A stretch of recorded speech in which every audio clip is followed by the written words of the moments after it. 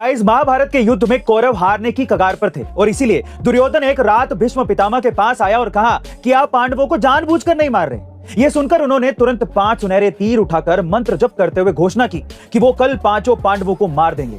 लेकिन दुर्योधन को तब भी उनकी बातों पर विश्वास नहीं हुआ।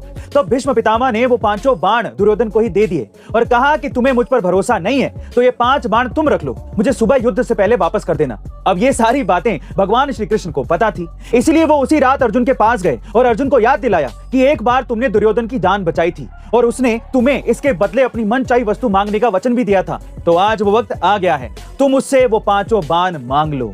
अर्जुन ने वैसा ही किया और दुर्योधन से वो 5 बाण वापस ले लिए। गाइस, इस पर भगवान श्री कृष्ण ने कहा है कि हम शंका करने से शायद उससे होने वाली हानि से तो बच जाते हैं, लेकिन प्राय हम उससे होने वाले लाभ से वंचित रह जाते हैं। जय श्री कृष्ण। गाइस, क्या आपने कभी काक भुसुंडी के बारे में सुना है? जी हाँ गाइस, ऐसा कहा जाता है कि वो भगवान राम के सबसे बड़े भक्तों में से एक थे और उन्हें यह वरदान था कि वो समय और स्थान के बाहर जा सकते थे, जिसे आइंस्टाइन ने अपनी थ्योरी ऑफ रिलेटिविटी में स्पेस टाइम भी कहा है। यही नहीं, वो टाइम ट्रेवल करके समय का बनना और बिगड़ना दोनों देख सकते थे। इसलिए ये भी कहा जाता है कि उन्होंने रामायण को 11 बार और महाभारत को 16 बार घटित होते देखा था, जिसमें उन्होंने हर बार कुछ ना कुछ अलग ही देखा था।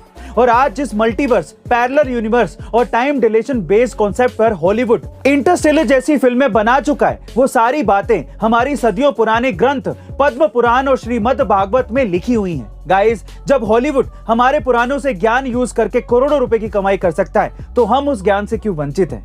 गाइस, इसके बारे में आपका क्या ख्याल है? कमेंट सेक्शन में जरूर लिखिएगा और ऐसे अमेजिंग वीडियोस के लिए शेयर, सब्सक्राइब एंड लाइक। मिलते हैं अगली वीडियो में।